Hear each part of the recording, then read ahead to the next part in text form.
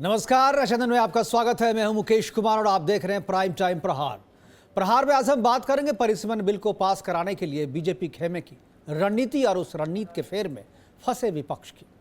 जो विपक्ष पिछले 3 महीने पहले बजट सत्र में इस बिल को गिराकर सरकार को आंखें दिखा रहा था, सीना ठोक कर कह रहा था कि वह बिल पास होने नहीं देगा, वह विपक्ष आज सर्वदलीय बैठक की मांग कर इस बिल को समर्थन देने के इशारा करता है। क्या विपक्ष का यह हृदय परिवर्तन देश की आधी आबादी के प्रति जागी उनकी सहानुभूति है, या परिसीमन के प्रति जागे किसी नए नजरिए ने उनके ज्ञान चक्षु खोल दिए हैं? टीएमसी के बाद उद्धव ठाकरे की शिवसेना, फिर एनसीपी और फिर समाजवादी पार्टी, इंडिया ब्लॉक के एक के बाद एक सहयोगी दलों के सांसद टूटने से भयभीत कांग्रेस ने भी बिल को समर्थन देने का मन बना लिया है, ऐसा सोर्सेज बताते हैं। सोर्सेज यह भी बताते हैं कि कांग्रेस इस बिल को पास कराने में अरंगा डालने की बजाय समर्थन में खड़े होते दिखना चाहती है, या सदन से वॉकआउट करके बिल को पास कराने का मन बना रही है। दोनों ही तरीके बिल के समर्थन में जाते हुए दिख रहे हैं, क्योंकि कांग्रेस यदि वॉकआउट करती है तो सरकार को बिल पास कराने में और भी ज्यादा आसानी होगी।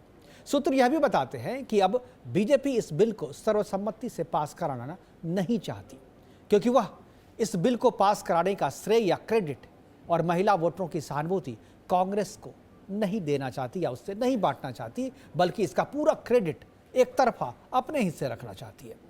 कुल मिलाकर अभी सभी की नजर समाजवादी पार्टी और कांग्रेस के रुख पर टिकी है। जिस तरीके से कांग्रेस अध्यक्ष खड़गे ने सर्वदलीय बैठक बुलाने की मांग की है, उससे तो यही लगता है कि अब उनका विरोध वाला एजेंडा कमजोर पड़ता जा रहा है। आज अपने प्रोग्राम में हम चर्चा करेंगे कि क्या मोदी सरकार का मास्टर स्ट्रोक विपक्ष की सबसे बड़ी परीक्षा बनने वाला है। एक बार मैं कहूंगा कि स्क्रीन पे जरा क्वेश्चन दिखाएं, और पहला सवाल यह कि क्या बीजेपी का मास्टर स्ट्रोक बीजेपी की विपक्ष की सबसे बड़ी परीक्षा बनने वाला है? क्या परिसीमन पर विपक्ष की एकता टूट रही है? क्या 850 सीटों का फार्मूला बदल देगा देश की राजनीति? क्या संविधान संशोधन बनेगा 2029 की सबसे बड़ी सियासी बाजी? करेंगे इस पे चर्चा, और चर्चा को आगे बढ़ाने के लिए हमारे साथ कुछ मेहमान हैं, उनसे भी मैं आपका परिचय करवाऊंगा। लेकिन उससे पहले इस परिसीमन बिल को लेकर के राजनीतिक पार्टियों से लगातार प्रतिक्रियाएं आ रही है, उन प्रतिक्रियाओं को पहले सुनते हैं, उसके बाद मेहमानों से परिचय करवाएंगे और फिर चर्चा की शुरुआत करेंगे। पहले देखते हैं विपक्ष क्या कह रहा है। प्रस्ताव हमारे यहाँ नहीं आया, कोई भी चर्चा डिलिमिटेशन के बारे में ना हमने किसी से की है, ना किसी ने हमसे की। तो जब बिल आएगा तब हमारा स्टैंड होगा, लेकिन जो भी बिल आएगा हमें विस्तार से इंडिया अलायंस में चर्चा करेंगे। हमारी जो चर्चा हुई थी उसके बारे में मैंने कई लोगों से उसमें चर्चा की थी, तब डीएमके हो, हम हो, सपा हो, 50% के बारे में हम सोचेंगे, ऐसा हमने कहा था अभी जो सत्ता में है उनको। लेकिन वो बिल में नहीं आया, इसलिए वो बिल तो गिर गया।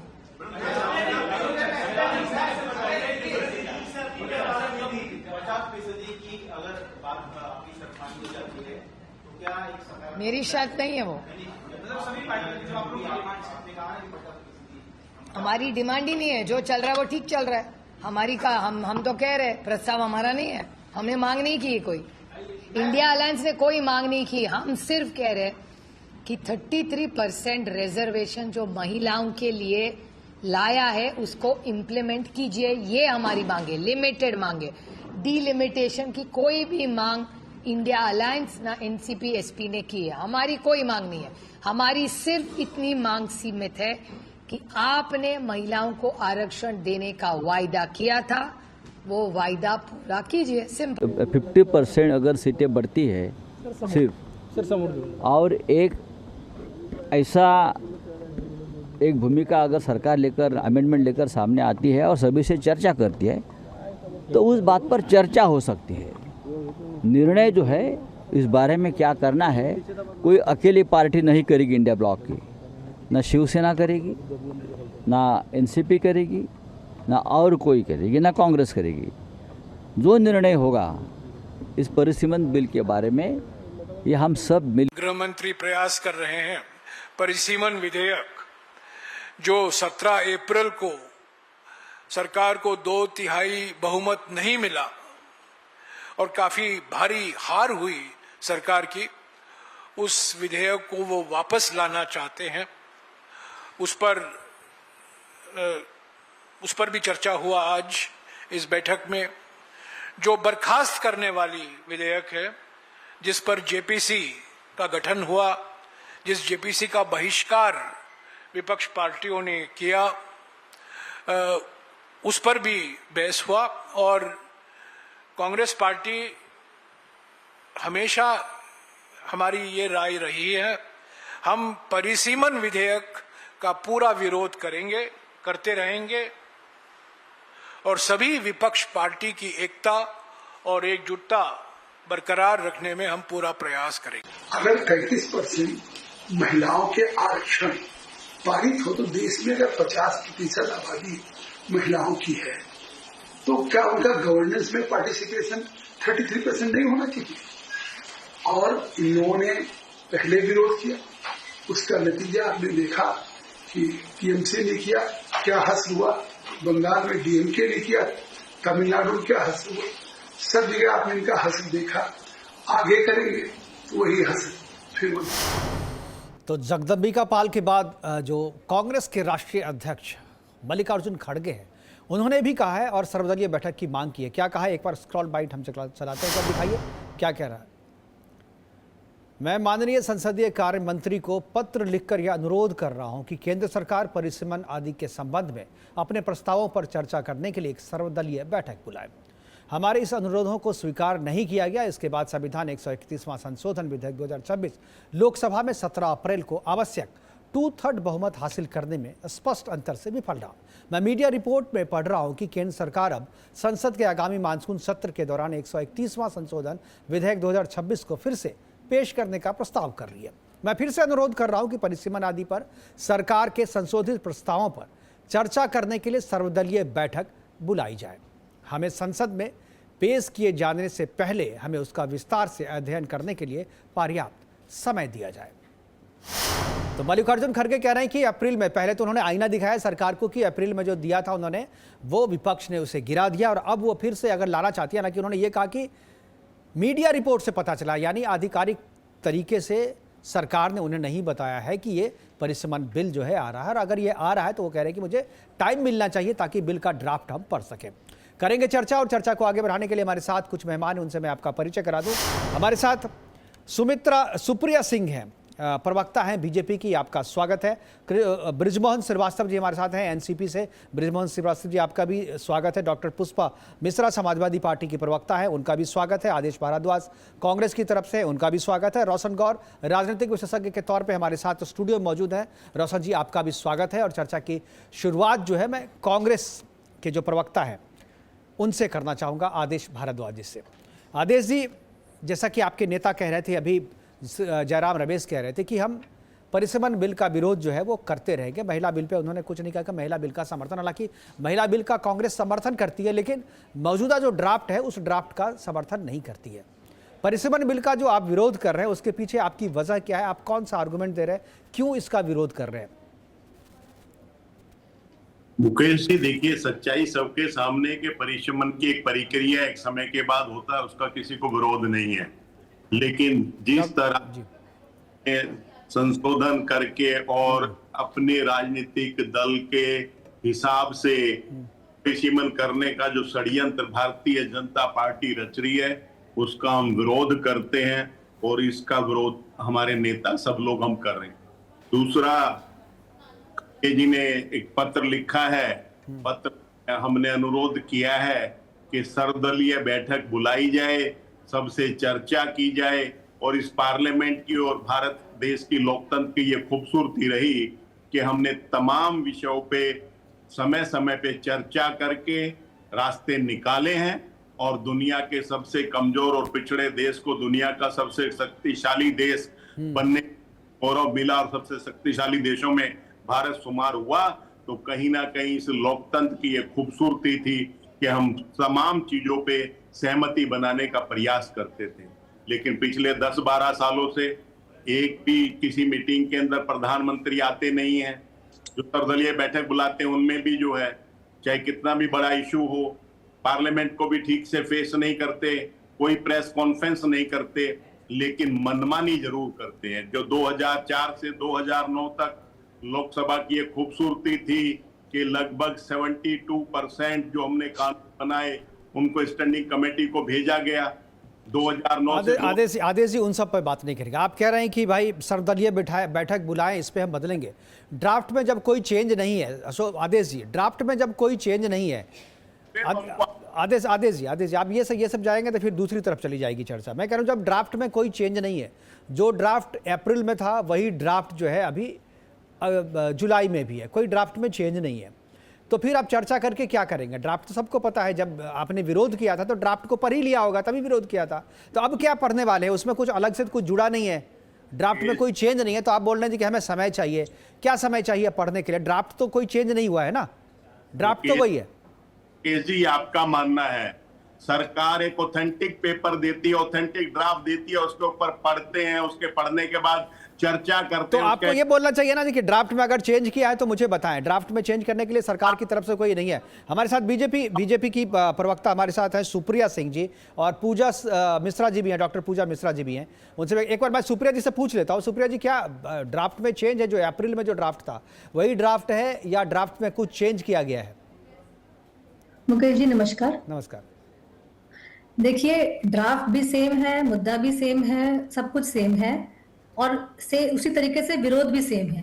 बस विरोध करने के बहाने इनके अलग अलग हैं। पहले अब डायरेक्टली ना करके इनडायरेक्टली विरोध आ रहा है, पर विरोध आ रहा है, जबकि इस मैटर पे विरोध नहीं आना चाहिए, क्योंकि ये भारतीय जनता पार्टी का मुद्दा नहीं है, ये कॉन्स्टिट्यूशन का प्रोसेस है जिसे हम फॉलो कर रहे हैं और इनको भी समर्थन करना चाहिए। पर विरोध के तरीके बदल गए हैं, जो हम सब देख रहे हैं, हम सब जानते हैं। बिल्कुल ठीक है, विरोध के तरीके बदल गए हैं। पूजा जी, क्या आपको लगता है कि जो कांग्रेस कर रही है, जो कांग्रेस कह रही है, चूंकि इंडिया ब्लॉक की लीडर है वो, तो क्या कांग्रेस के साथ आप जाएंगे, या अभी तो आपकी पार्टी में ही हलचल मचे? आपके जो 23 से 24 सांसद जो है वो खुद एनडीए के खेमे में जाने के लिए बेताब हुए पड़े हैं, तो क्या ऐसे में समाजवादी पार्टी जो है इस बिल का समर्थन करेगी या कांग्रेस के साथ खड़ी होकर के इंडिया ब्लॉक को मजबूत करेगी? मुकेश जी आपको नमस्कार, साथी प्रस्ताव को भी नमस्कार। और आपको चाहे जिस सोर्स से पता हो कि जो है कितने सांसद जो समाजवादी पार्टी के कहाँ जा रहे हैं, वो आपको जो मैं बता दूं कि ये बिल्कुल पूरी तरीके से 100% झूठ नहीं होता है क्या, वो उस तरीके का झूठ है, सफेद झूठ। तो ये सफेद झूठ है मुकेश जी, गफलत में रहने की सरकार। कोई बात नहीं, सफेद झूठ है तो अच्छी बात है। मैं तो कभी नहीं चाहता हूँ विपक्ष कमजोर पड़े, क्योंकि लोकतंत्र में मजबूत विपक्ष का मैं समर्थक रहा हूँ, लेकिन अब विपक्ष मजबूती जुटा नहीं पा रहा है, तो उसके लिए मैं क्या करूं? मुकेश जी जो है, अभी आपने कहा कि ड्राफ्ट भी सेम है, तो क्या ये सरकार की तरफ से ऑफिशियल आ गया कि हम ड्राफ्ट सेम लेकर के आ रहे हैं? क्योंकि जहां तक हमें याद है, जब सदन में इस पर डिस्कशन चल रहा था, तब डिस्कशन के दौरान में हमारे गृह मंत्री जी ने कहा था आप हमको 10 मिनट का टाइम दीजिए, हम इस ड्राफ्ट में जो है ये पॉइंट ऐड करके आ जाते हैं। मतलब होता नहीं है स्कूल में से बच्चे करते हैं, प्राइमरी स्कूल वगैरह में, कि हमको 10 मिनट टाइम दीजिए, हम पीछे से होमवर्क करके आ जाते हैं। उस तरीके की जो है बातें निकल करके आई थी। अभी भाजपा के प्रवक्ता ने कहा कि ड्राफ्ट भी सेम है और हम कॉन्स्टिट्यूशन को फॉलो करते हुए, इनको यही नहीं पता कि संविधान में ही तो बदलाव करने के लिए आ रहा है। ये तो संविधान में बदलाव का अधिकार भी तो संविधान ही देता है ना। 131वां संविधान संशोधन बिल है, और जो अपने महिला आरक्षण कानून बन चुका है, जिसपे महामहिम द्रौपदी मुर्मू जी का साइन हो जाए, वो कानून हो जाता है, उसको आप लागू नहीं कर रहे हैं। आप कह रहे हैं कि हम जो है, हालांकि अगर सरकार को इतना ही जिद करना था, जब ये जो महिला आरक्षण जो एक्ट है, उस एक्ट को जब इस बिल के साथ में एंटेंगल किया था सरकार ने, तब भी सभापति महोदय ने पूछा था कि चलिए जो है आपका संशोधन बिल गिर गया हुआ है, क्या परिसीमन बिल को लेकर के आप आगे बढ़ना चाहते हैं? तो जो दो एंटेंगल किया वो इनको अलग सेपरेट करके, तो हमारे जो सरकार है कहती नहीं, किरण रिजिजू जी खड़े होकर के कहते हैं नहीं, क्योंकि दोनों साथ में लेकर के आए थे, इसलिए जो है हम इसको आगे लेकर के नहीं जाएंगे। तो ये जो है देश को धोखा देने का काम कर रहे थे वो। अभी अगर ये नहीं लेकर के जाना था तो फिर बात खत्म हो गई हुई थी। फिर आप जो है कराते, जनगणना करा करके आपको परिसीमन कराना, विदाउट जनगणना के परिसीमन के हम ना समर्थन में थे, ना ही हम आगे कभी समर्थन में होंगे इसके। आप बिना गिनती किए हुए अपने स्वयं के इजाद फॉर्मूले से कह रहे हैं कि हम 50% बढ़ाएंगे। भैया किस हिसाब से? क्योंकि जो 2011 का आधार बनाया गया है ना पूजा जी, 2011 का तो आधार बनाया गया है, और जनसंख्या जो बढ़ रही है उसी रेशियो में बढ़ रही है। 1-2% का फर्क हो रहा है। आप आप तो कह रहे हैं। नहीं, उन्होंने लिखा बकायदा ड्राफ्ट में, ये 11 के हिसाब से। समझ में आ रहा है क्या बातें चल रही हैं? हम संविधान में बदलाव करेंगे सिर्फ मौखिक चीजों के लिए। नहीं, अब तक तो जितनी भी पॉलिसी बनी है पूजा जी देखिए, ये तो संवैधानिक प्रोसेस है ना, संवैधानिक प्रोसेस है। आप जो भी सरकार नियम बनाती है, जो भी पॉलिसी बनाती है, उसका आधार एक बेस ईयर होता है। जब से संविधान आया हुआ है तब से देश गवर्न हो रहा है और वो लिविंग डॉक्यूमेंट है, उसमें बदलाव आता रहेगा। तो आप सोचिए कि संविधान में बदलाव की बात कर रहे हैं और किस पे कर रहे हैं कि ये 2% बढ़ा हुआ है। भाई तो संविधान में बदलाव संविधान के नियम के तहत ही किया जा रहा है, और आधार ईयर जो है, जो बेस ईयर 2011 के जनगणना को, कौन सी पंक्ति में लिखी हुई है? 2011 के जनगणना को लिखा पहले फर्स्ट ड्राफ्ट के प्रस्तावना में, ड्राफ्ट के प्रस्तावना में है। अरे आप देख लीजिए, आप ऑनलाइन है ड्राफ्ट के प्रस्तावना में। ठीक है, मैं इस पे बहस नहीं करूंगा, मैं, क्योंकि ये सबसे पता है। बृजमोहन श्रीवास्तव जी के पास मैं जाता हूँ, बृजमोहन श्रीवास्तव जी के पास। ठीक है, बृजमोहन श्रीवास्तव जी के पास में जाता हूँ। बृजमोहन जी क्या जो कह रही हैं, जो पूजा मिश्रा जी कह रही है, सहमत है आप? आपकी जो पार्टी, आपका जो दल है, आपका जो घटक है एनडीए ने जो किया है, पेश किया है परिसर, आधार ईयर 2011 है, वो कह रही कि नहीं है, क्या इसके बारे में जानकारी है आपको? देखिए कि जो इसके पहले जो जनगणना हुई थी वो 2011 में हुई थी, उसके बाद कोई जनगणना नहीं हुई है। और हमारा जो आर्टिकल 81, 82 है वो ये कहता है कि जो जनगणना लेटेस्ट जो जनगणना हुई हो उसको आप आधार बना सकते हैं। तो लेटेस्ट तो वही है 2011 की। तो मैं सोचता हूँ वो इतना बड़ा मुद्दा नहीं है इस पे, और इस पे लोकसभा में बहस हो चुकी है। अभी मूल मुद्दा क्या है? मूल मुद्दा यह है, सबसे बड़ी बात यह कि अभी हम उस ड्राफ्ट पे बात कर रहे हैं जो ड्राफ्ट पहले पेश हुआ था। अभी जो सरकार क्या ड्राफ्ट लेकर आ रही है, उसमें कौन कौन से मुद्दे हैं, उस पर हम चर्चा तो कर सकते हैं, लेकिन उसकी वास्तविकता भी हम लोगों के पास नहीं है, क्योंकि वो ड्राफ्ट अभी किसी ने देखा नहीं है। लेकिन अगर हम पुराने ड्राफ्ट की बात करते हैं तो देखिए उसमें सरकार की मंशा बहुत साफ थी। देश के अंदर ये जो लोकसभा की क्या जो आरक्षण हुआ था 543 सीटों का, उसके बाद से अभी जब उस समय हुआ था तो उस समय देश में जो मतदाता थे वो लगभग 50 करोड़ के आसपास थे। अभी ये मतदाता 100 करोड़ के आसपास है। 543 लोकसभा उस समय भी थी, आज भी 543 है, जबकि जो वृद्धि है मतदाताओं की वो दुगनी हो गई है। अब परेशानी क्या है? एक जनप्रतिनिधि जब चुन के पहुंचता है अपने लोकसभा से, तो वो अपने मतदाताओं के साथ न्याय नहीं कर पाता। न्याय ना करने के पीछे कारण ये होता है कि इतनी बड़ी जनसंख्या के मुद्दों को ठीक ढंग से नीतिगत निर्णय लेना, उसके ऊपर कार्रवाई करना और मतदाताओं के अनुरूप अपने क्षेत्र का विकास करना, कि ये बहुत कठिन हो जाता है। और साथ ही साथ संवैधानिक व्यवस्था भी है, क्योंकि 30 साल बाद फिर से हमारे यहाँ पर डिलिमिटेशन होना था लोकसभा विधानसभाओं का, वो भी एक बाध्यता है। उसको ध्यान में रखकर सरकार ने ये फैसला लिया, जो कि संवैधानिक बाध्यता है, जो हमारे भारतीय जनता पार्टी की मेरी बहन ने भी कहा अभी, उसके तहत एक अच्छे दृष्टिकोण के साथ, अच्छी भावना के साथ एनडीए की हमारी सरकार ने एक बिल पेश किया था। लेकिन जैसा कि विपक्ष की आदत है कि वो उस हर चीज के ऊपर शक करती है जो बेहतर तरीके से भी करना है। बिल्कुल सर, जनता के और लिए भी विपक्ष ऐसा ना करे तो सर, तो आप तो विपक्ष को खंड कर रहे हैं, विपक्ष के सांसदों को तोड़ रहे हैं, तो विपक्ष करे तो क्या करे? रोशन गौर जी हमारे साथ हैं, सारे लोगों को सुन भी रहे हैं। मैं आखिरी कमेंट में चाहूंगा, ब्रेक लेने के लिए कहा जा रहा है, लेकिन मैं छोटा सा एक कमेंट चाहूंगा, उसके बाद मैं फिर ब्रेक पे जाऊंगा, फिर आऊंगा तो आपसे लूंगा। जी रोशन जी, छोटा सा कमेंट। अच्छा, मैं फिर डिटेल इसकी बाद में बताऊंगा, लेकिन मैं ये जो हमारे साथी लोग हैं, मैं बताना चाहता हूं कि ये जो अभी परिसीमन हो रहा है, ये 2002 में एक संविधान संशोधन हुआ था, उसमें कहा गया था कि हम 2026 में करेंगे। जो 2043 सीटें थी उनको बढ़ाकर अब करनी थी कि हमारी जनसंख्या स्टेबल हुई कि नहीं हुई है। तो आंकड़े आए कि स्टेबल नहीं हुई है, तो इसलिए अभी ये इन्होंने व्यवस्था की कि 2021 की होनी चाहिए थी, पर 2021 में चूंकि जनगणना नहीं हो पाई है तो 2011 का आधार लिया है। और उस बेस पे जो अभी पूजा जी ने जो बात कही थी कि उसका नंबर एक्चुअल क्या होगा, कि बीच में इन्होंने अमित शाह ने कहा था कि हम इसमें अगर आप 10 मिनट का समय दें तो हम इसमें बदलाव कर देंगे। दरअसल उन्होंने कहा था कि जो जनसंख्या का अनुपातिक बढ़ोतरी हुई है उसके हिसाब से सीटें बढ़ेंगे, लेकिन जब दक्षिण के राज्यों ने इसका विरोध किया तो उन्होंने कहा कि नहीं, हम 50% कर देते हैं सबका। हाँ, जिस राज्य में जितनी संख्या है उसका तो इससे दक्षिण को जो है लाभ हो जाएगा, जो दक्षिण को हानि हो रहा था वो दक्षिण को लाभ हो जाएगा, जो नुकसान हो रहा था। और डिटेलिंग जाएंगे सर, और डिटेलिंग जाएंगे। आपको मुझे पता है कि आप उस समय पार्लियामेंट में मौजूद थे और सारी प्रोसीडिंग को आप आंखों देखी थी आपकी, तो आप ज्यादा अच्छा बता पाएंगे। आएंगे वक्त एक छोटे से ब्रेक का, ब्रेक के बाद जब लौट के आएंगे तो वापस चलेंगे रोशन गौड़ जी के पास, आपको बताएंगे जो आंखों देखी और कानों सुनी जो थी वो बताएंगे कि आखिर इसके पीछे का सच क्या है। जाइएगा कहीं नहीं, तुरंत वापस लौट के आते हैं एक छोटे से ब्रेक के बाद।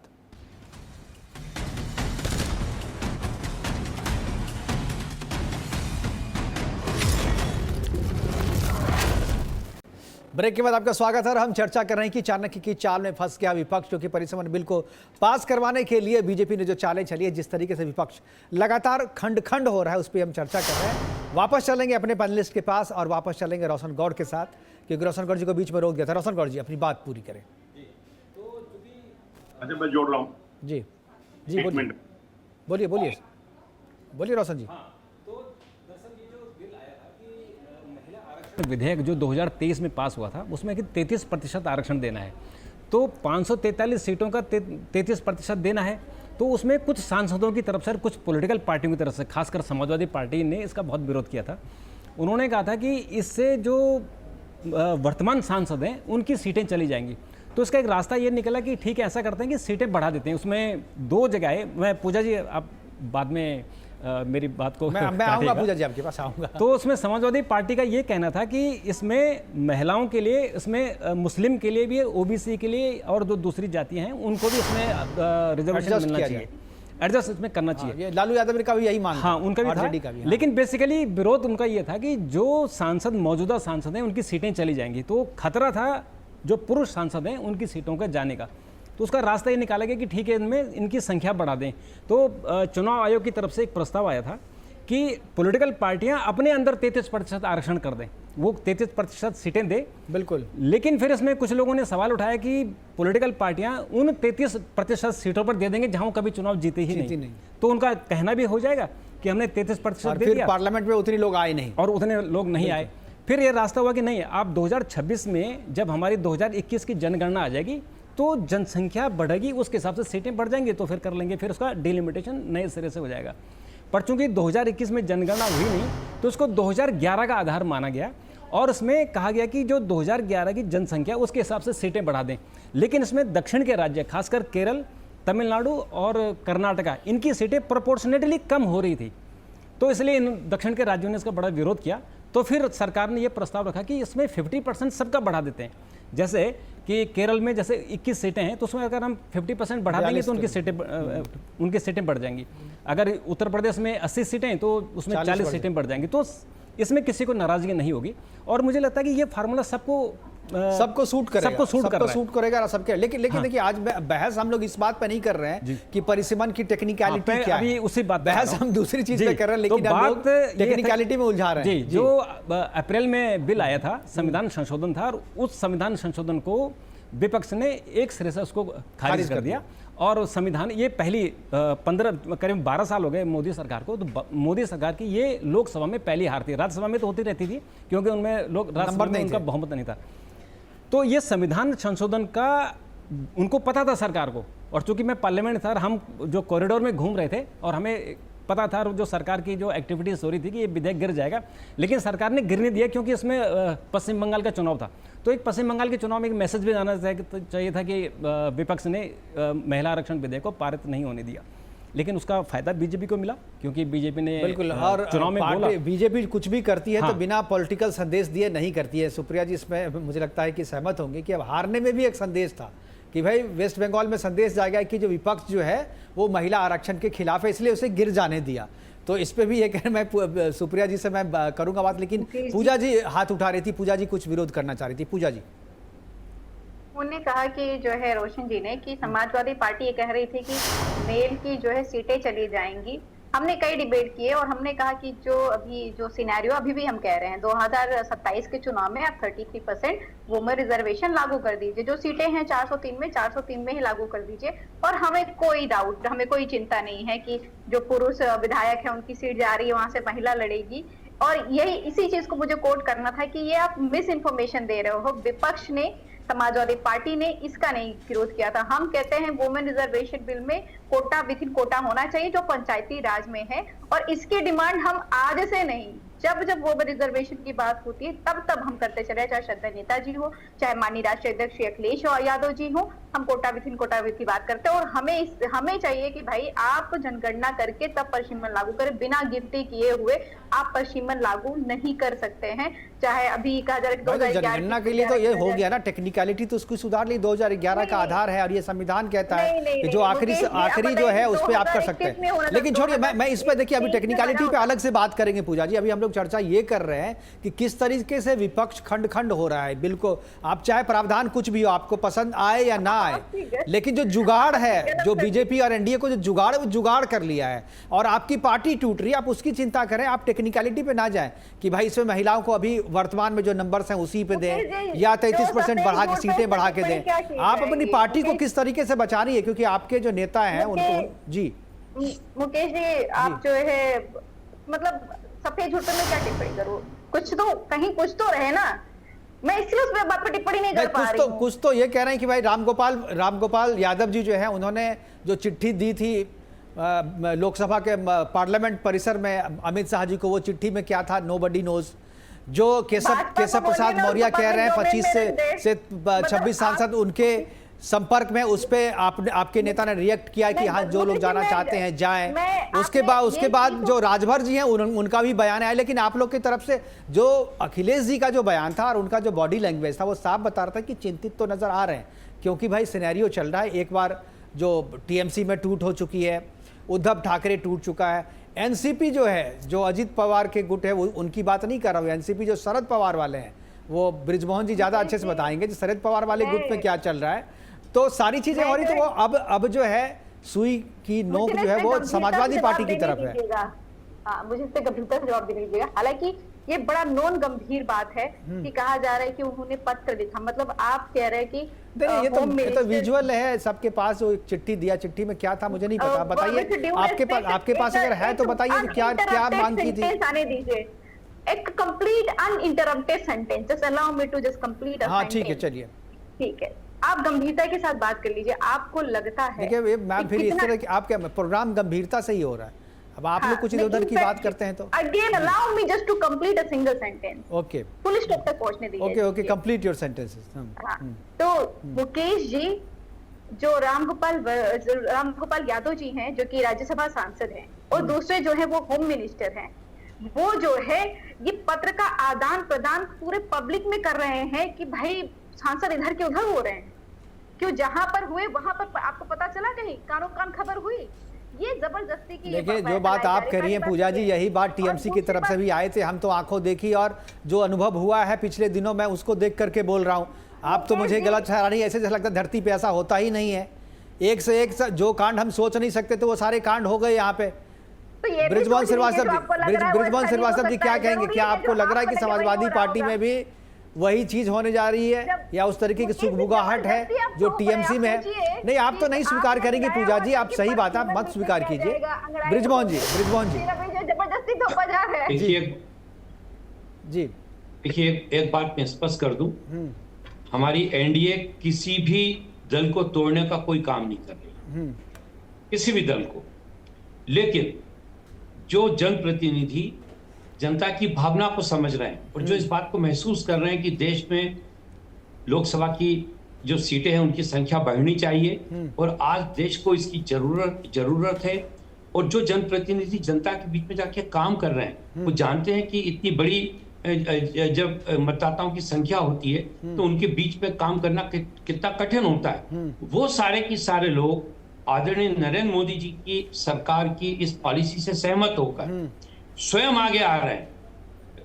एनडीए की तरफ से किसी को भी बहुत ही मजेदार बात कही है आप बृजमोहन श्रीवास्तव जी की, भाई तोड़ नहीं रहे हैं, सब टूटने के लिए 2/3 एक साथ जमा हो जा रहे हैं और उसके बाद कह रहे हैं कि भाई मैं आपके साथ हूं। ये तो कहीं से मतलब अंदर नहीं जा रहा है बात, लेकिन फिर भी चूंकि आप कह रहे हैं तो हमें स्वीकार करना पड़ेगा। और आदेश नहीं, आप सही कह रहे हैं, गलत कह रहे हैं, लेकिन जो कह रहे हैं लोगों को पच नहीं रहा है वो। जब आपकी तरफ से जो है कुछ नहीं हो रहा है और लोग जो है स्वविवेक से फैसला कर रहे हैं, तो ये फैसला अप्रैल में भी हो जाना चाहिए था। 3 महीने के बाद आपने ऐसा कौन सा मतलब मंत्र दे दिया कान में कि मुकेश जी, उस समय लोग समझ नहीं पाए थे। अच्छा, लेकिन इस 3 महीने में जब वो जनता के बीच में गए हैं, हाँ। तब इस बात का उनको एहसास हुआ है कि वाकई ये जो बिल है बेहद जरूरी है और देश में लोकसभा की सीटों की संख्या में वृद्धि होनी चाहिए। वही उसी के कारण है। तो क्या ये बात भी सच है। ये 3 महीने में ये समझ कांग्रेस के किसी भी सांसद को नहीं आई है अभी तक? अब ये तो पता लगेगा, आप थोड़ा सा आने तो दीजिए। आदेश जी, क्या ये समझदारी का वायरस आपकी कांग्रेस में भी गया है क्या? और यदि समझदारी नहीं दिखाएंगे तो जनता उनको और नकारेगी। आज भी आप देखिए ना कि उनको जनता ने नकारा हुआ है। अभी भी यदि वो जनता की जन भावनाओं को नहीं समझेंगे तो आने वाले दिनों में भी जनता उनको अस्वीकार करेगी। बिल्कुल सही कह रहे हैं। आदेश भारद्वाज जी के पास। आदेश जी, क्या ये जो समझदारी 3 महीने में समाजवादी पार्टी में गई है, जैसा कि बृजमोहन जी कह रहे हैं, ये कांग्रेस के अच्छा आदेश जी नहीं है, मैं ये एक बार मैं जो हमारी सुप्रिया जी हैं, मैं बीजेपी के उनके पास जाऊंगा। सुप्रिया जी, क्या ये जो समझदारी वाली बात कर रहे हैं, क्या ये समझदारी आप लोग कोचिंग क्लासेस के जरिए दे रहे हैं या मोबाइल से ट्वीट कर रहे हैं, किस तरीके से कर रहे हैं? कुछ ये समझदारी जो लोगों में जा रही है, जो आपकी जो नीतियां हैं वो बहुत अच्छी है, इसके साथ चलना चाहिए, ये समझदारी किस तरीके से विपक्ष में दी जा रही है, जरा सा उसके बारे में कुछ बताएंगी? देखिए मुकेश जी, विपक्ष में कोई मैसेज नहीं दे रहे हैं। हम सिर्फ जनता की सेवा कर रहे हैं, उसके फेवर की बात करते हैं, उनके अधिकार के लिए लड़ते हैं और आगे भी लड़ते रहेंगे। हम सिर्फ अपना काम कर रहे हैं, हमारा काम जन सेवा है और हम उसी को फॉलो कर रहे हैं। अगर विपक्ष के लोगों को अपने पार्टी के लोगों की बातें नहीं समझ आ रही, नहीं सही लग रही और वो सही डायरेक्शन में जाना चाहते हैं, तो ये उनकी पर्सनल चॉइस है। उसको भी आप मुद्दे से अगर कोई विपक्ष कनेक्ट करे कि भाई आप उनको वो मतलब मोटिवेट कर रहे हैं या डाइवर्ट कर रहे हैं, तो देखिए ये उनका अपना विषय है, सोच है, वो कुछ भी सोच सकते हैं। पर हमारा सिंपल कहना यह है, भारतीय जनता पार्टी शुरू से महिलाओं के लिए, देश के लिए सबसे पहले देश को रखती है, सबके बारे में सोचती है, उसी हिसाब से काम करती है। और जब भी आप जनसेवा की बात करेंगे तो आप हमेशा आगे ही सांसद हैं, वो देश के बारे में, पार्टी के बारे में नहीं सोच पा रही है। सारा सोचना जो है वो केवल आप ही कर पा रहे हैं, आप ही के हिस्से में सारी चीज़ें आ रही है। रोशन जी को मैं एक बार जाऊँगा कि रोशन जी, क्या आपको लगता है कि ये जो सारी समझदारी है वो एक ही पार्टी में क्यों है, और जो समझदार होते हैं वो एक ही पार्टी में क्यों चले आते हैं? मुझे लगता है कि समय की बात है और सभी पॉलिटिकल पार्टियों को, पॉलिटिकल पार्टी नहीं मतलब जो पॉलिटिकल लीडर हैं उनको लगता है कि भविष्य बीजेपी में है तो बीजेपी में चला जाए। क्योंकि अब जो हमने जो पढ़ा है और जो हमने अपनी आंखों से देखा है, जो आज़ादी का आंदोलन था वो तो हमने नहीं देखा, जो पढ़ा है तो हमने देखा कि उसमें मिशन की राजनीति होती थी। लेकिन अभी हमने देखा कि सत्ता की राजनीति होती है और बहुत सारे सांसद, आप देखिए ममता बनर्जी के जो सांसद थे, एक दिन पहले तक ममता जी के फेवर में कितनी बातें करते थे, जान देने को तैयार थे, खून से चिट्ठियां लिख रहे थे। और ओवरनाइट क्या हो गया, आम आदमी पार्टी के जो 10 में से 7 सांसद जो चिट्ठी लिख रहे थे, जिन्होंने एफिडेविट लिखा था कि ऐसा कोई खजाना नहीं बनाए जो कोई हमें खरीद ले, और उसके बाद तो लोगों को लग रहा है दरअसल लोगों ने खजाना बना दिया ना, उसके बाद लोग असल में उनको लग रहा है कि ये हमारा भविष्य है, सब अपना भविष्य देख रहे हैं। हमारा भविष्य नहीं तो फिर हो सकता है कि जैसे अभी एनसीपी एसपी की बात करें, शरद पवार जी की, उनको भी लग रहा है कि सुप्रिया सुले जी को तो कम से कम एडजस्ट कर लें, ठीक से कर लें कि उनका भविष्य ठीक रहे। तो हर आदमी अब अपनी पॉलिटिकल जो एडजस्टमेंट है कि अपना करियर देख रहा है, अपना पॉलिटिकल भविष्य को सुरक्षित रखना चाहते हैं। दरअसल ये भी राजनीति बीच में रोकना चाहूंगा, ब्रेक लेने के लिए कहा जा रहा है, एक छोटे से ब्रेक के लिए रुकते हैं। ब्रेक के बाद जब वापस आएंगे तो चर्चा इसी तरीके से जारी रहेगी, जाइएगा कहीं नहीं, तुरंत लौट के आते हैं।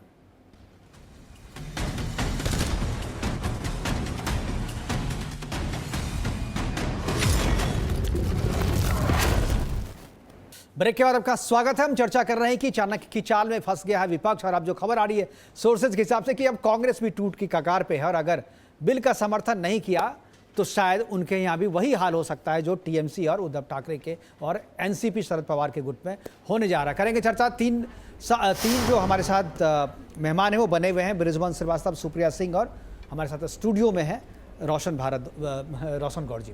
रोशन जी, आप बीच में, मैंने आपको हर एक बार ब्रेक में जाने से पहले मैं रोक देता हूं आपको, अपनी बात पूरी कीजिए, फिर मैं बृजमोहन जी के पास जाऊंगा। जी, तो मैं कह रहा था कि अभी असल जो राजनीति है, अब राजनीति है कि हम सुरक्षित कैसे रहें। ये एक जो है पेशा हो गया है, जैसे दूसरे हैं, डॉक्टर हैं, वकील हैं या दूसरे लोग हैं, ऐसे ही राजनीति में एक पेशा हो गया। और हर आदमी राजनीति अब सेवा नहीं रही बल्कि सेवा नहीं है, सेवा। ये तो अब वो जो राजनीति, जब हमारा देश स्वतंत्रता का हम लोग आंदोलन कर रहे थे तब था मिशन की जो हम लोग करते थे, लेकिन अभी हो गया कि हमारा भविष्य कहाँ सुरक्षित है और मेरे बाद मेरे बच्चों का, मेरे बेटे का, मेरे पत्नी का, मेरा भविष्य कहाँ सुरक्षित है। उस हिसाब से अपनी गोटियाँ फिट हो रही हैं और उसी का हम एग्जाम्पल देख रहे हैं। हमने ममता बनर्जी के यहाँ देखा, मतलब ममता बनर्जी से तो लोग छोड़ ही नहीं सकते थे। हमने देखा कि जो शिवसेना, मतलब बाला साहब पार्टी में टूट हो सकती है, ये कभी सोच भी नहीं सकते थे। नहीं, लेकिन वो बाला साहब की पार्टी नहीं, वो तो उद्धव ठाकरे की पार्टी थी, लेकिन वो बाला साहब ने ही उनको तैयार किया था और शरद पवार जी की पार्टी। लेकिन मैं थोड़ा इसमें आपसे अंदर जब देखिए, वो आइडियोलॉजी बेस्ड पार्टी थी, जब आइडियोलॉजी उसके बेटे ने नहीं रखी, क्योंकि हिंदुत्व की आइडियोलॉजी ही नहीं थी। और बाला साहब ने तो कहा था मर जाएंगे कांग्रेस के साथ नहीं जाएंगे, बिल्कुल बोला था, लेकिन बेटा जो है उनके मरते ही कांग्रेस के साथ खड़े हो गए। तो फिर वैसे में टूट होनी जरूरी है, आइडियोलॉजिकल टूट समझ में आती है। लेकिन ये जो फायदे के लिए जो इधर से उधर लोग जाते हैं, मुझे लगता है कि वो, अब आपने सही कहा कि अपॉर्चुनिटी देखते हैं, अपॉर्चुनिस्ट हो गए हैं लोग। सेवा भाव की जगह जो है अपना फ्यूचर जहां पर सिक्योर है वहीं पर लोग जाते हैं। हमारे साथ ब्रिजमोहन जी भी हैं, सुप्रिया जी के पास में एक जाऊंगा। सुप्रिया जी, क्या आपको लगता है जिस तरीके से बीजेपी के चाणक्य जो है अभी रणनीति कर रहे हैं, क्या कांग्रेस में भी टूट के आसार है या कांग्रेस में भी आप लोग डोरे डाल रहे हैं, या उस तरीके की कोई बात है कि भाई अब केवल कांग्रेस ही बचा हुआ है? सुप्रिया जी। देखिए मुकेश जी, मैंने आपसे पहले भी कहा कि अगर आप यहाँ पे लोकतंत्र में लोगों के बारे में सोचेंगे, महिलाओं के बारे में, पुरुष के बारे में, देश के बारे में, उसके हित के बारे में सोचेंगे, तो जाहिर सी बात है लोग आपको ही चुनेंगे हर बार, बार बार। और मोदी सरकार का आप इतिहास देख लीजिए, बार बार जो ये विजय हासिल हो रही है, इसके पीछे आप जो भी विपक्ष जो है वो कोई भी रीजन दे सकता है, पर सच्चाई यही है कि हम जन सेवा के को सबसे प्राथमिकता देते हैं, उसके बारे में सोचते हैं, उनके कल्याण के लिए सारी पॉलिसी बनती है, काम होते हैं। वही एक रीजन है जो हम आगे बढ़ रहे हैं, हर जगह हमारी सरकार आ रही है। तो अगर ऐसे नेतृत्व में, ये बात तो बिल्कुल ऐसे नेतृत्व में अगर सरकार, आप सिर्फ विपक्ष की इस बात से कि इस पार्टी को तोड़ लिया या उस पार्टी के एमपी एमएलए को तोड़ के, ये विषय नहीं है। विषय ये है कि क्या जनता अगर इतने बहुमत से जिता रही है, हर स्टेट में आ रहे हैं, तो इसके पीछे सिर्फ रणनीति, राजनीति या कुछ स्पेशल चेंजेस करने की वजह से नहीं है। ये कहीं ना कहीं लोगों को दिख रहा है, उनका विश्वास है, उनका भरोसा है इस सरकार पे, इसके काम पे, और उन्हें एक लॉन्ग टर्म विजन दिख रहा है इस सरकार के साथ। लेकिन मेरा जो सोच है ना, जब पार्टी तोड़ करके कोई एक पार्टी से दूसरी पार्टी में जाता है, तो मुझे लगता है कि जिस पार्टी में जाता है वो पार्टी को मजबूत नहीं करता है, उस पार्टी को दूषित भी करता है। क्योंकि आप जिन लोगों को ला रहे हैं, कल तक उसके विरोध में थे, कल तक उनकी पॉलिसी, उनके नेता, उनकी आइडियोलॉजी आपको पसंद नहीं थी, कल तक वो आपको गाली दे रहे थे, और आपके आने के बाद वो ठीक हो जाते हैं। तो मुझे लग रहा है कि पार्टियों को इसके बारे में भी सोचना चाहिए। केवल आप अपने चीज़ को बढ़ा रही हैं, अपने नंबर्स बढ़ा रही हैं, लेकिन उसके साथ में जो एक गंदगी आ रही है आप उसको भी कैरी कर रहे हैं ना। तो पब्लिक में वो चीज़ भी तो जाता है कि जो गंदे थे कल तक, वो आपके साथ आने के बाद साफ हो गए। तो वो गंदगी कहाँ गई? गंदगी समाज में रह गई, उस पार्टी में रह गई, या आप गंदगी के साथ आप उसको अपने साथ ले आए? तो हम उस गंदगी का विरोध कर रहे हैं कि आप अगर पार्टी किसी व्यक्ति को ले रहे हैं तो आप लें, लेकिन साथ में उसकी जो गंदगी आ रही है वो गंदगी आपके साथ भी तो रहेगी फिर। नहीं, देखिए, आप अगर इसको इस तरीके से कनेक्ट करेंगे कि उनके साथ गंदगी आएगी, तो ये आप बिल्कुल क्लियर रखिए कि अगर बीजेपी सरकार आगे बढ़ रही है तो गंदगी को साफ करके आगे बढ़ रही है। और हम सब, चाहे पॉलिटिकल पार्टी हैं या जन हैं, हम सब मिलके एक देश के नागरिक हैं, तो हम सबका इक्वल रोल है यहाँ पे। अगर वो पार्टी यहाँ आ रही है और अच्छा काम करेगी, सही काम करेगी, सही तरीके से चलेगी, तो वो आगे बढ़ेंगे, नहीं तो वो साइड होंगे। तो ये तो एक सिंपल सा तरीका है हर सरकार का जो वो काम करती आई है। किसी के खिलाफ अगर कोई कंप्लेन है तो वो कंप्लेन रजिस्टर होगी और कार्रवाई होगी। इसको आप इससे कनेक्ट मत कीजिए कि वो गंदगी आएगी तो आपके साथ गंदगी रह जाएगी, ऐसा नहीं है। जब सरकार एक साफ मन से आगे बढ़ रही है डेवलपमेंट की तरफ, तो वो उसी मन से, उसी तरीके से आगे बढ़ेगी और सारी गंदगी साइड होती आएगी। चलिए, मतलब ये गंगा है, कोई भी आ जाए और डुबकी लगाए और साफ हो जाए, यही कह रही है ना? राम तेरी गंगा मैली नहीं होगी, आप आइए इसमें डुबकी लगाइए, साफ हो जाइए, गंगा मैली नहीं हो सकती। ब्रिजमोहन जी, क्या गंगा मैली नहीं हो सकती सही में? मुकेश जी, देखिए, ये जो चर्चा हो रही है, शायद मैं सोचता हूँ जिस बात के लिए आज आप लोग बैठे हैं, ये उससे अलग हटके जा रहे हैं। ये बात मूल मुद्दा ये है, तो जा रही है, लेकिन आप इस पे बोलना नहीं चाहते, ये भी तो है, इससे हटना चाहते हैं। नहीं, मूल मुद्दा ये है कि जो लोग जनप्रतिनिधि के रूप में चुनकर लोकसभा में पहुंचे या विधानसभा में पहुंचे हैं, उनको जनता ने चुना है। वो कैसे हैं और कैसे नहीं है, इस पे हमारा चर्चा करना शायद उतना ठीक नहीं होगा, क्योंकि जनता ने जिसको चुन के भेजा है, जनता उसको बेहतर मानती है, इसीलिए जनता ने उनको चुन के भेजा। तो जनता ने अब चुन प्रश्न के जिस उठता है सिंबल कि पे भेजा है, जो क्या लोग उस चुन सिंबल के का कोई पहुंचे हैं, महत्व नहीं है ब्रिजमोहन जी? जिस सिंबल पे भेजा है जीत करके, जिस पार्टी के साथ जीत करके भेजा है, जिता करके भेजा, उसका कोई मतलब नहीं है, केवल व्यक्ति प्रमुख है? नहीं, उसका भी मतलब है, और जनप्रतिनिधि कानून है उसके लिए। उस कानून के अंतर्गत अगर कोई उसका उल्लंघन करता है तो उसकी सदस्यता भी समाप्त होती है।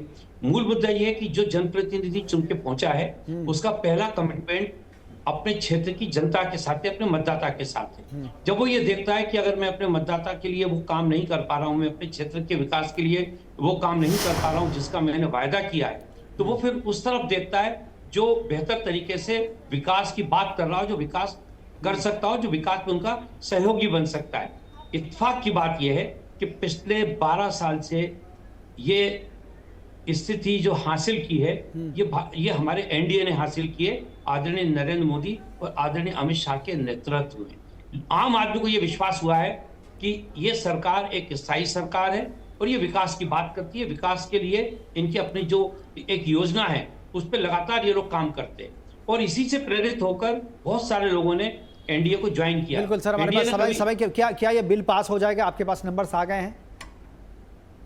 ये तो मैं नहीं कह सकता, पर मुझे पूरा विश्वास है कि जो हमारे जनप्रतिनिधि हैं वो इस बिल पे सकारात्मक पहल करेंगे और देश हित में निर्णय लेकर इस बिल को पास करवाएंगे।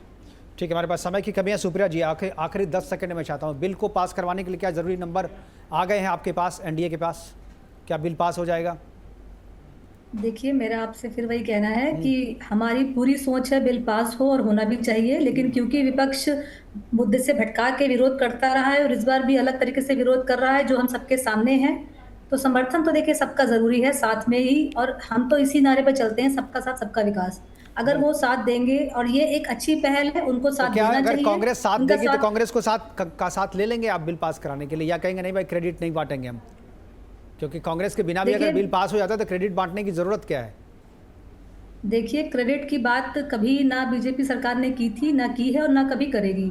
हमारा काम सिर्फ और सिर्फ सही काम, सही मुद्दे पे आगे बात करना है, उसको इम्प्लीमेंट करने की कोशिश करना है और उसके लिए समर्थन मांगना है। रोशन जी, क्या लगता है बिल में नंबर्स आ गए, एनडीए के पास आ गए हैं अभी एनडीए के और पास, हम लोग डीएमके की बात छोड़ दिए हैं, डीएमके और वाईएसके जो है वो भी जो है मुझे लगता है कि एनडीए के साथ आ रहे हैं। निश्चित तौर पर ऐसा अगर डीएमके आ जाती है और वाईएसआर कांग्रेस तो वैसे एनडीए को सपोर्ट करती रहती है, डीएमके भी कर देगी क्योंकि कांग्रेस ने उनको डिच कर दिया है। लेकिन मेरा ये कहना है कि अभी सरकार के पास जो 2/3 मेजोरिटी 360 नंबर नहीं हुए हैं, लेकिन सरकार और जो हमारे गृह मंत्री हैं अमित शाह जी, वो बिल को तभी लेकर आएंगे जब उनके पास वो नंबर आ जाएगा। वो जब इस बात के लिए आश्वस्त हो जाएंगे कि अब ये बिल पास हो जाएगा, वो तभी लेकर आएंगे।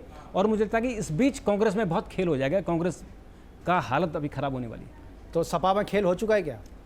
मैं ये मान के चल रहा हूँ कि सपा चाहे हाँ बोले या ना बोले, पर उसको बिल का समर्थन करना पड़ेगा।